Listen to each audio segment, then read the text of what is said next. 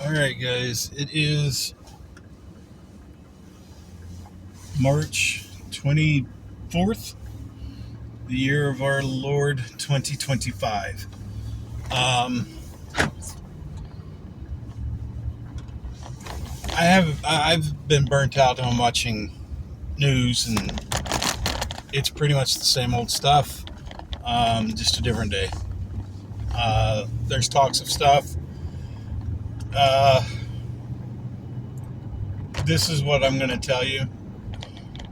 If the White House press secretary talks about it, it's relevant. If it's a question brought up, I'm not too worried about it. Because 9 times out of 10, it's, well, he said this, what did he mean, blah, blah, blah. Basically, it's just tearing apart what somebody said. So, I really don't listen that much anymore. Excuse me.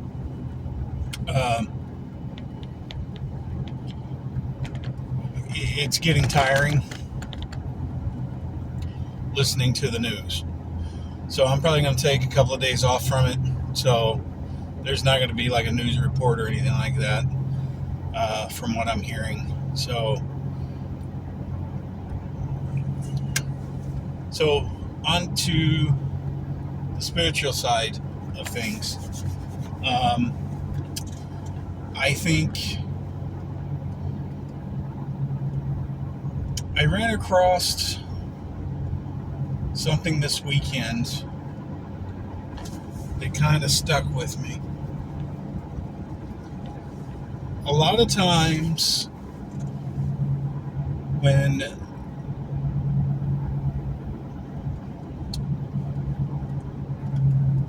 we lose our temper, we start swinging. Some people do, some people don't. I'm talking to the people that do.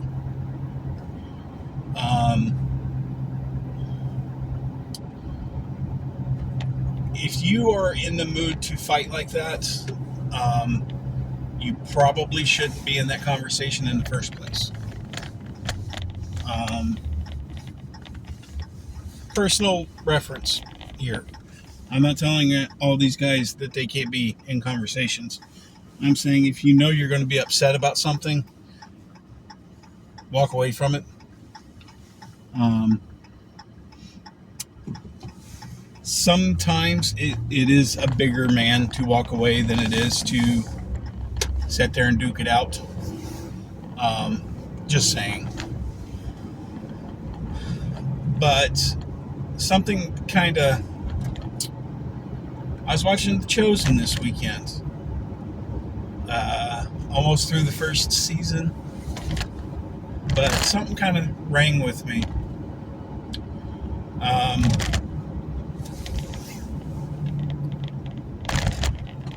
Saw a video, a short, where there was Palestinians, I guess, mocking and spitting at the Hebrews and Jesus.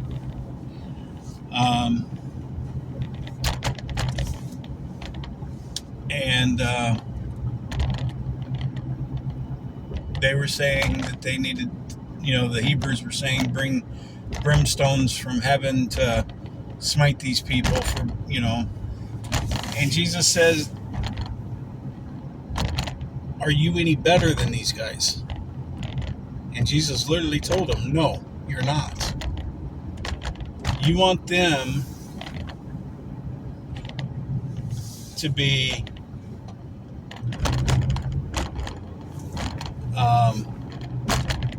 prosecuted because you don't like them. They want you prosecuted because they don't like you. So where do we go? They didn't go into big details about this little thing, but the fact that they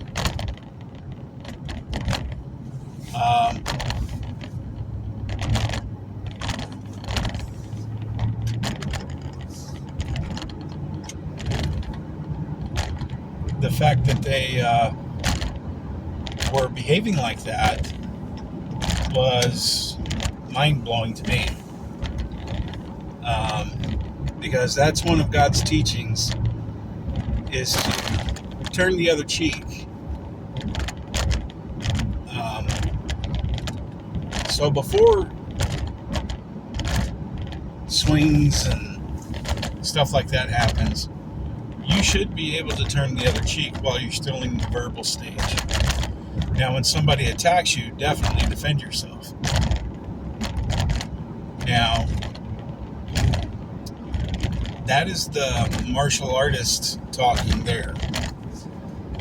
I think God would tell you, don't fight back and leave it to Him. And God will punish them for the pain they put you through. So,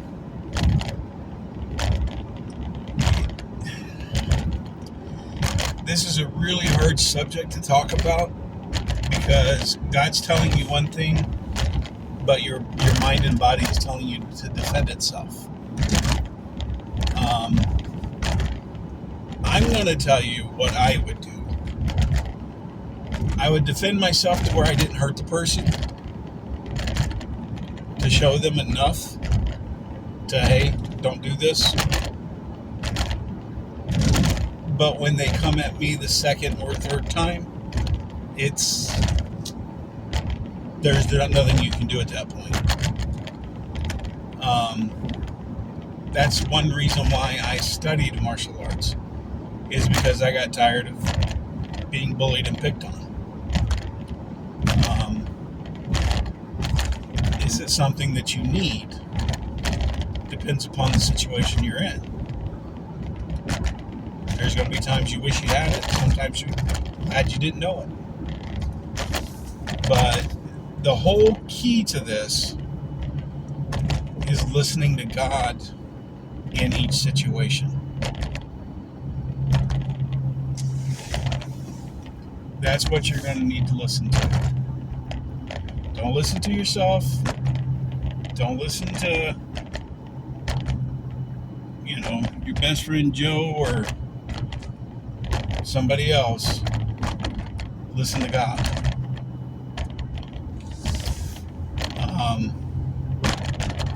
Because he'll put you in the right direction. If he tells you to knock somebody's block off, knock somebody's block off. Is God, any violence is not acceptable? No. He told David to go and get their women and children back and leave none alive. When they went and fought and came back and found that, because they were about, the people he fought with was about ready to stone and kill David, because their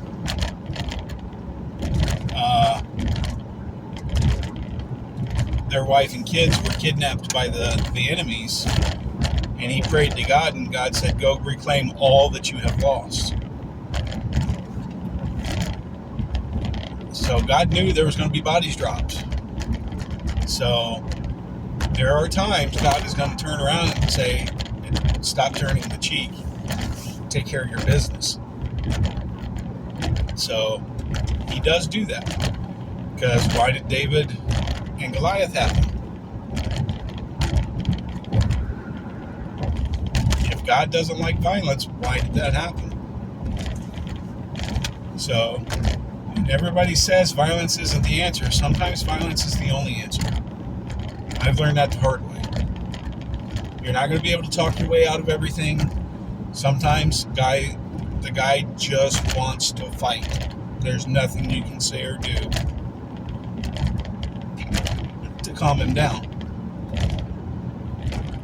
In those situations, you will have to defend yourself. Now, am I telling you to kill the guy? No. But there is going to be times where you're going to need to do something besides talk. And God will let you know when those times are there. And I would listen to God at those times. So that's my advice on that. I'm not going to tell you you should never raise your hand at all, that you should take a beating. I'm not going to tell you that.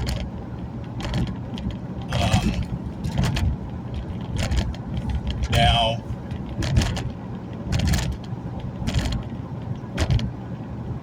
there is a line that everybody has to find on their own.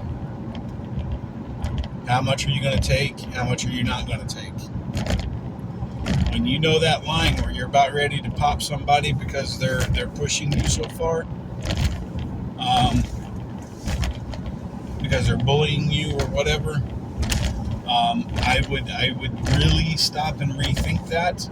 If they haven't swung at you first, don't swing back. Try to just walk away from it altogether. If you can't, they start pushing and shoving. As soon as they push you, that is assault. So therefore, you have a right to defend yourself from that point on. So that's where I would be. That's the way I would teach my son. If I was able to have kids, I would teach my son that.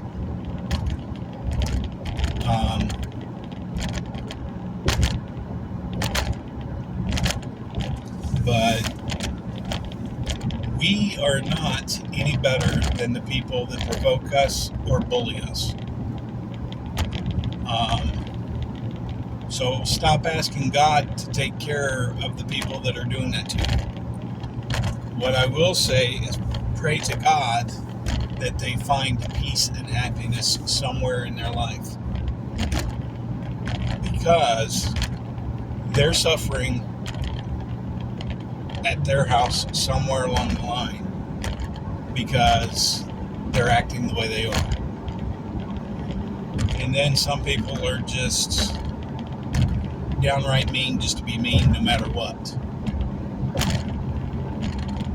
So you gotta take, this is why I say listen to God, because God will tell you what to do.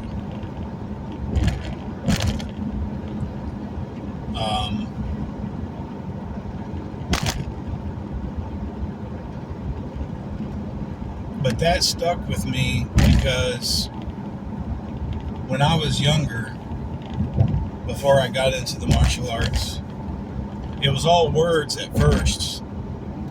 You know, calling me names and stuff, poor kid in school, blah, blah, blah. And then shortly after that, that's when all the assaults would happen.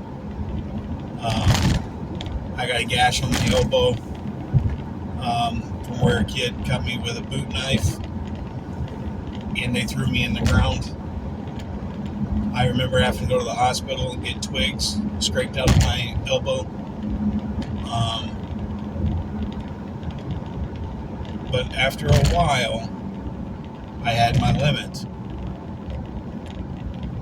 And luckily, most of the stuff that I did was not during school time. It was in summer.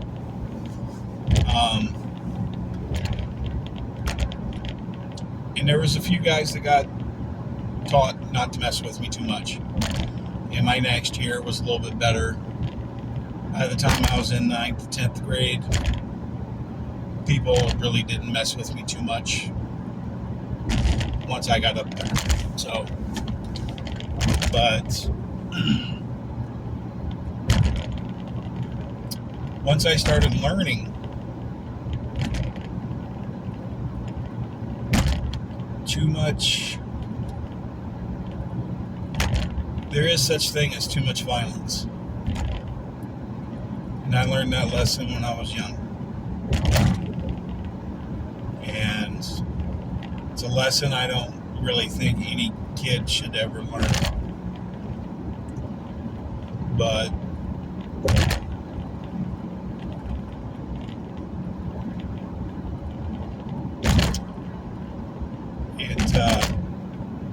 it was rough growing up in gang-infested neighborhoods and gangs in the school.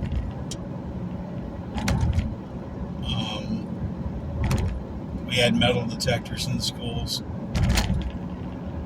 I remember we had cops patrolling the hallways back in the late 80s, early 90s, because the gangs were so bad. We had, they had to evacuate the school for periods of time because some kids were throwing cherry bombs down the toilets, blowing the toilets up. Yeah, it was wild. I think it was like in the 2000s, which I was already out of school, all that stuff, but I think in 2000s they actually had to make it mandatory that basically every random day, once a week, they would check lockers. So, it was... I heard some pretty wild stuff after I got out of school. But I would tell my son in his prayers to make sure to pray for those people. For two reasons. One, they're hurting. They're not experiencing something. They're not experiencing love from their family. Or if they are, they're ignoring it. And I would pray that God would help them see their ways, that they're not on the right path. Second reason, so I didn't have to step in on it.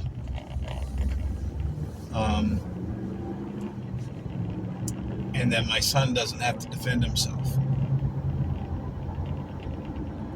Those would be the two reasons why I would have them pray for those people. Not because I'm a badass, not because all this other stuff, not because of any of that. Because the simple fact is, when I get involved, the law would be involved. So,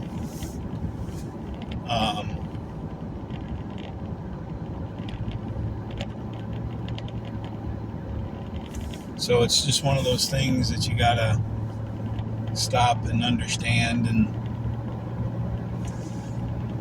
why you need to pray for other people. One, you don't understand their circumstances. You don't know where they've been at, what they're going through, because everybody's going through things. Everybody.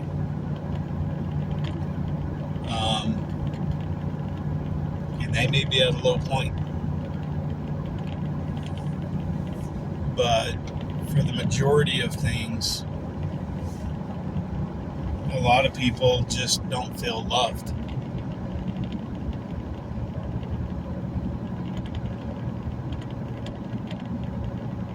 Because as soon as they change their hearts over to God, their entire demeanor changes a lot of times.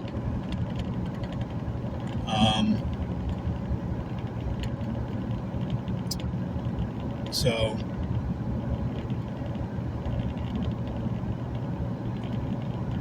just try to understand what's going on with them. Sometimes you actually become friends with the bully and he stops bullying people. Now imagine that one. That's actually happened once or twice with me and people that I know.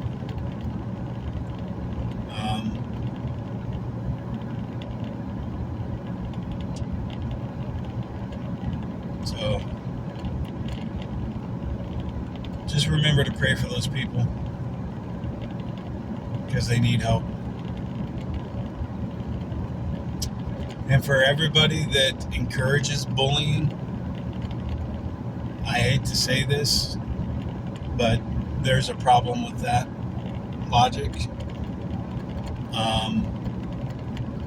Yes, it can toughen people up, but at the same time, it can break people to where they commit suicide. So,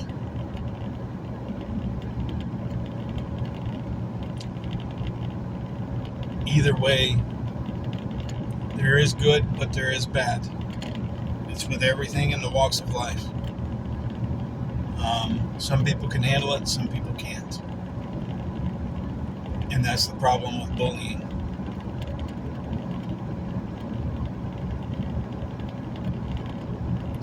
So I would not encourage bullying at all. People will be strong without it.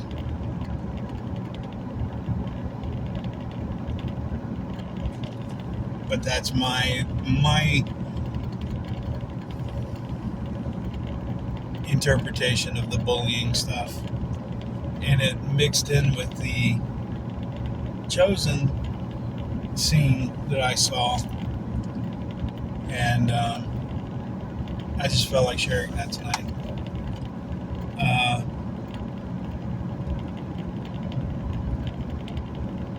So, to wrap this up,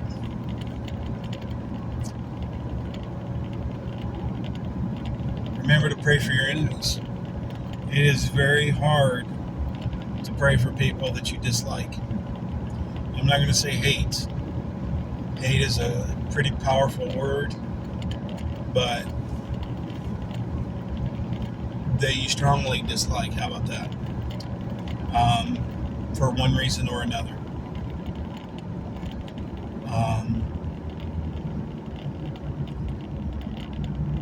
I would recommend everybody get into a habit of praying for somebody that wronged you that day. Don't immediately do it. But when you do your prayers in the evenings, after you've had your day, you've calmed down, you've gone home, had your coffee, had your chamomile tea, whatever it is, and then say a short, brief prayer for that individual. I'm almost positive in a few days there'll be something changed in that person.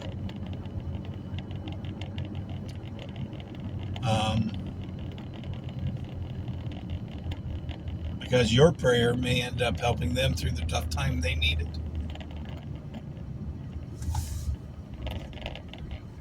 So just remember, when somebody aggravates you, whether it's your husband, whether it's your wife, your kids, your in-laws,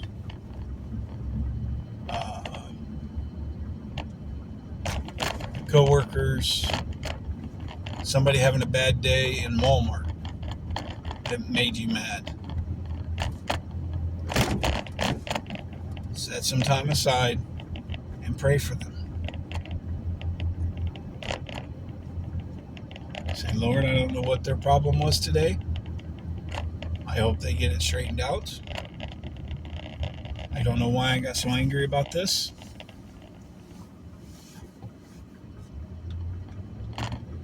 But you gave me the strength to get through it. And Lord, please help them in their time of needs. And in the prayer. You don't have to sit there and spill out 30 different Bible verses for someone that aggravated you. And the thing I hear a lot of times, there was a guy that said a prayer, saw this like 3 weeks ago, and he was actually telling God why he was just in doing what he did. Because in the prayer, he literally repeated, Lord, I was just in hitting this guy because he was doing this, this, and this. And Lord, don't punish me for, doing this, this, and this. It's like, where are these people getting this stuff from? I don't get it. When people are asking God to justify them misbehaving. Anytime I use my hands, I would always apologize to God that I had to go that route. And I would end up apologizing to that person. But just remember, guys, people have it rough too. Try to keep your calm and demeanor. If they're aggravating you so bad, if you have to, leave the store, leave whatever you got to do, and come back to it in an hour or so. Do what you got to do. But, all right, guys, be safe. God loves you. God bless you. And remember to pray.